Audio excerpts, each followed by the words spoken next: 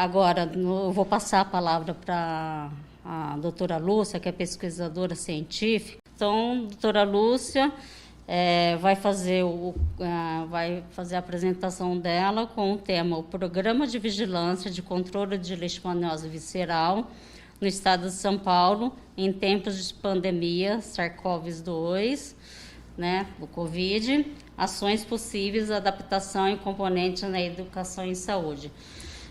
Boa tarde, doutora Lúcia. A palavra é toda sua. Obrigada, Roberta. Obrigada a todos e todas. Estou aqui hoje nessa incumbência, representando a SUSEM e também o próprio componente educativo tão importante.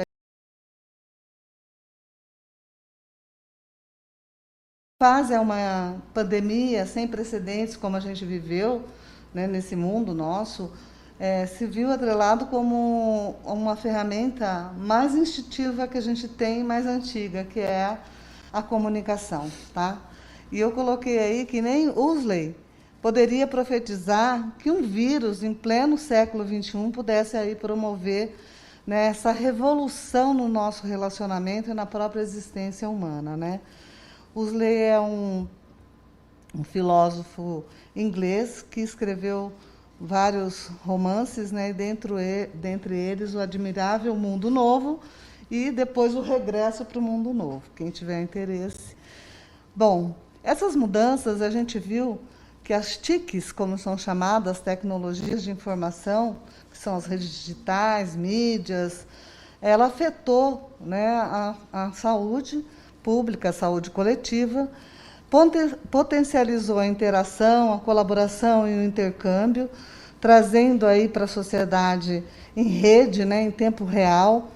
Quase todo mundo ficou conectado nessas redes, né, para saber notícia, para saber como agia, das poucas medidas que no início a gente tinha, tá? Ressignificou as nossas relações. O mundo cada vez mais ficou conectado, as pessoas puderam trabalhar em conjunto, situadas em qualquer localidade do mundo, né? E para a inteligência coletiva, para a área da saúde, teve um ganho, assim, alavancou muita coisa, né? Principalmente a questão do acesso ao manejo clínico do paciente, a formação de redes. A gente teve a experiência da estratégia da saúde da família atendendo pelos agentes de forma online, né, com a parte médica, a formação do apoio social com relação ao mental, né, saúde mental, as lives, reuniões, enfim, todo o setor da saúde foi afetado de alguma forma e teve que modificar o seu jeito de...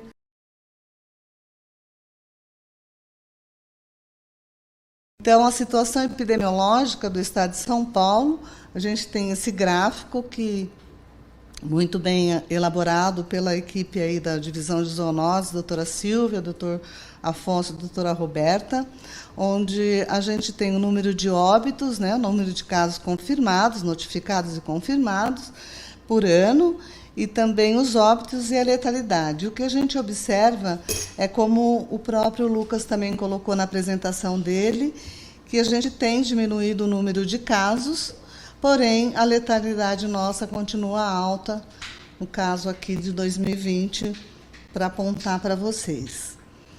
A situação dos municípios com caso humano, nós temos aí um mapa que está começando a pintar todo em vermelho, né? A gente tem uma área grande de 534 municípios, com uma área ainda sem transmissão, porém a gente tem 111 municípios com transmissão da doença, num período aí acumulado desde 2009, no momento em que a gente teve o aparecimento no estado de São Paulo da doença. A vigilância epidemiológica do triênio, né, da transmissão humana aí, no triênio 2018-2020, os GVS, né, relacionado por GVS, o total de municípios que a gente teve nesse último triênio são 67 municípios, o total de óbitos 28, né? Tivemos 286 casos com 28 óbitos, Está bem aí registrada a letalidade de 9,8. Bem, a descrição desses casos, a gente chama atenção da questão dos casos novos, que a gente teve sem HIV, né, 219 casos. As recidivas com relação ao caso novo foram 26, né? E o que mais que eu posso chamar a atenção aqui?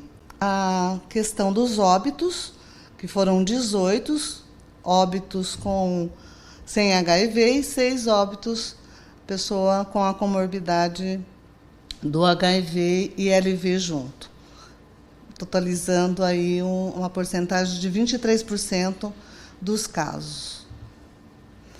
A gente tem, pelo indicador simples, né, no triênio 2017-2019, o mapa que a gente teve como prioridade essa classificação desse período, nós tínhamos 10 municípios prioritários, né, de transmissão moderada e intensa, que são considerados pelo Ministério, pelo programa, como prioritários, e pintado aí no mapa. Nossa situação, esse quadro resume, né, toda a situação epidemiológica da doença no estado de São Paulo.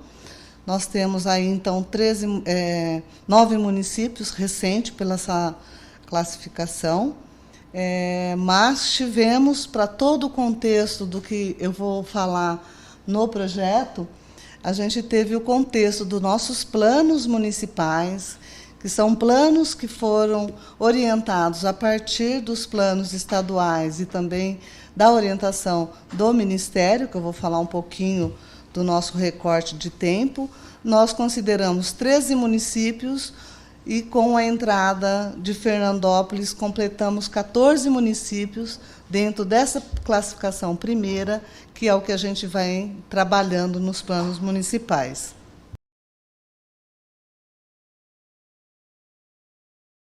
Pensando nisso, vamos contar a historinha do nosso projeto, aí, que é o projeto da própria Secretaria Estadual, incentivado pelo grupo aí do comitê, que eu agradeço total apoio.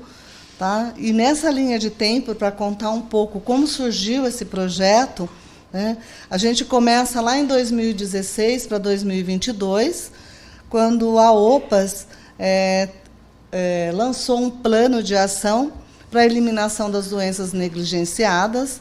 Nesse plano, o Ministério pactuou com os estados e municípios que seria um plano de intensificação para reduzir a morbidade e a letalidade até 2022, como é a recomendação da própria OPAS. O Estado de São Paulo, em 2017 para 2018, já elaborou esse plano estadual, pactuando com seus municípios, com seus 14 municípios, que foram aqueles que nós apresentamos naquela tabela, né? Além dos 13 classificados, a gente incluiu Fernandópolis, que era um município novo, recente, e que valeria a pena ser trabalhado. Obrigada, viu, Roberto? E 2018, 2019, 2020. 2020 a gente praticamente parou, né? E o acompanhamento desses planos pelo comitê, a gente teve uma identificação de que um dos desafios maiores era desenvolver as atividades de educação e comunicação, no sentido que tivesse valor para a população aquilo que a gente estivesse fazendo, né? Porque fazer uma comunicação vertical, linear, não estava atingindo aí o objetivo, que era trazer esse conhecimento. Projeto que a gente vai estar lançando daqui a pouco, né? Lá em 2019, houve uma portaria do Ministério em que ele repassou valores aí dos recursos, né, para que os municípios custeassem ações nos municípios com relação à prevenção da leishmaniose, doença de Chagas e malária. Em 2009, e esses eixos, ele entrava o monitoramento dos agravos, realização da análise epidemiológica, coletar, consolidar e analisar e disseminar informações, a parte específica da educação e saúde, apoiar a realização dos inquéritos ou estudos epidemiológicos, intensificando as ações de vigilância de controle. Então, as linhas para esse financiamento, ela poderia se encaixar num desses eixos. Tá? Em 2019 para 2020, nós já tínhamos colocado, o comitê tinha colocado uma proposta para ser feita desse projeto, só que ele era totalmente presencial. E naquele momento em que o mundo parou, parou também a gente de falar desse projeto. E em 2021, voltamos a uma vida, entre aspas, normal, e foi reapresentado, reajustada essa proposta, buscamos parcerias, né? Houve a aprovação das instâncias, e aí a gente diz que nasceu o projeto Ecoleixe, né? E esse aqui, do ladinho aqui, essa menininha, provavelmente deve ser eu rezando para que esse projeto fosse aprovado. Um apêndice. Esse projeto ele tem como objetivo, né, construir estratégias integradas de educação e comunicação, ou, como alguém prefere, educomunicação, aliada aos demais eixos do plano. É uma pactuação que a gente está fazendo com os municípios, dentro de todo o plano municipal que ele tem, oferecer algumas ferramentas para os municípios, no sentido de ajudá-lo a disseminar e a criar com a população esse conhecimento que a gente tanto precisa em relação à leishmaniose. E também com relação à análise do sistema de informação, que a gente tem aí o Osias, que será o nosso técnico, né, e nosso doutor, especialista em estatística e biólogo, que estará aí fazendo monitoramento desse programa, FLEB, desde 2016 nós temos esse sistema, e é preciso analisar se esses relatórios dão conta, enfim, toda a análise do que a gente tem de informação dentro desse sistema, se ele está dando conta do nosso programa estadual. Tá? Como objetivo específico, a gente tem a produção dos materiais, né, digitais, aí sejam auditivos, visuais, para que seja uma ferramenta de informação, interação e produção coletiva desse conhecimento para os municípios, assegurar, junto aos nossos interlocutores estaduais e os agentes municipais que realizam, né, no município, a articulação necessária para a aplicação desses materiais educacionais, tá? Junto à população, garantir isso, né, que seja assegurado todos os meios e capacitações para que ele consiga desenvolver e multiplicar aí as informações para a população. Pretendemos também desenvolver indicadores para monitorar e avaliar essas ações educativas no Estado e nos municípios, e descaracterizar aí a área de educação de que seja tão importante, mas a gente ainda não demonstrou a eficácia dela dentro do programa, né? E assegurando aí a própria equipe na execução desse trabalho, a produção midiática de podcast, vídeos, né, Instagram, redes sociais, enfim, produção de alguns recursos que a gente vai necessitar também, como álbum seriado, cartaz, banner, enfim, e-books para que sejam acessados, materiais que possam dar subsídios tanto para a equipe de profissionais envolvidos, também quanto para a população, instrumentalizando, né, esse pessoal com essa metodologia da educomunicação. Então, já estamos categorizando quais municípios que serão necessários a gente realizar essa capacitação. E a intenção, como uma meta maior, é ampliar essas estratégias para 100% dos municípios. Porque eu já tenho ouvido pessoal de outras regiões enciumado com relação ao projeto. Ah, vocês não vão fazer o projeto para a nossa área. Então, assim, a ideia de produção desses materiais é que sejam ampliados aí para todos os municípios receptivos e vulneráveis. Bom, como eu disse, é através de uma capacitação, seja presencial, semipresencial ou à distância, porque a gente sabe que já está havendo um afrouxamento, né, ou da questão do distanciamento, né? O próprio Estado nosso já, a semana passada, ou foi essa semana, se não me engano, já comunicou.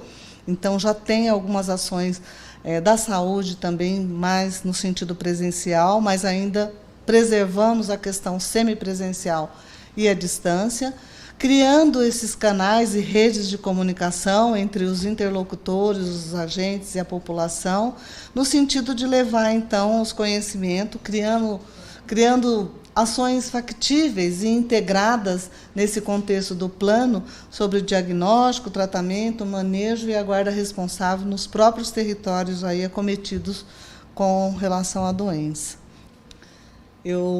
Muita gente perguntou, né, o que é o ecoleixo, né? O ecoleixo é o quê? O ecoleixo é a educomunicação em saúde para o controle da leishmaniose. Então, essa identidade do meio, ela está bem representando isso, tá bem? A gente tem um videozinho de apresentação.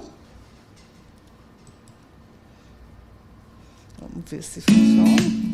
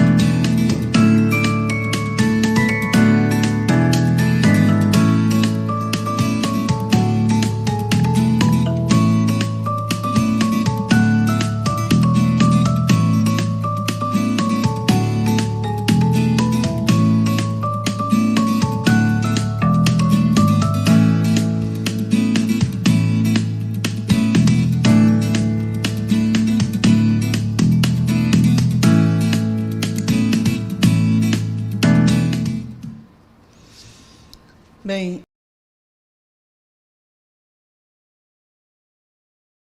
um outro parceiro é a Universidade Federal do ABC, que esteve com a gente bem antes da pandemia, e agora voltando a falar com a professora Daniela, quero agradecer imensamente toda a dedicação que ela fez para esse projeto, lançando aí de versão séria pelo site da Universidade Federal do ABC, um game chamado Kisly, em que, neste primeiro momento, estaremos fornecendo esse game para a própria população, mas a ideia é que a gente formate também um game para que seja trabalhado as escolas estaduais, né, e municipais. Então, estamos definindo quem será esse público, como faríamos a implementação disso nas escolas. Então, e também a gente tem um vídeo, né, onde os alunos da ciência da computação e da ciência de tecnologia que elaboraram, na figura aí do Misael também, que eu quero agradecer, né, os alunos que queriam muito estar aqui presente, mas por conta do trabalho que ainda está remoto, eles não puderam comparecer, certo?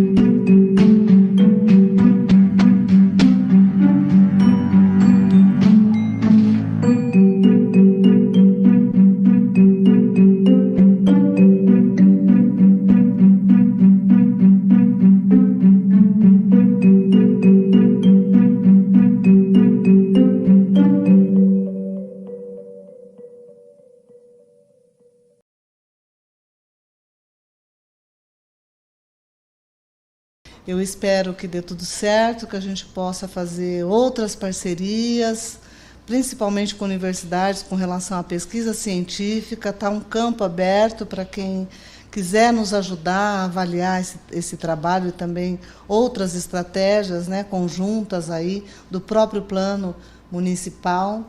Então, eu agradeço e estou aberta.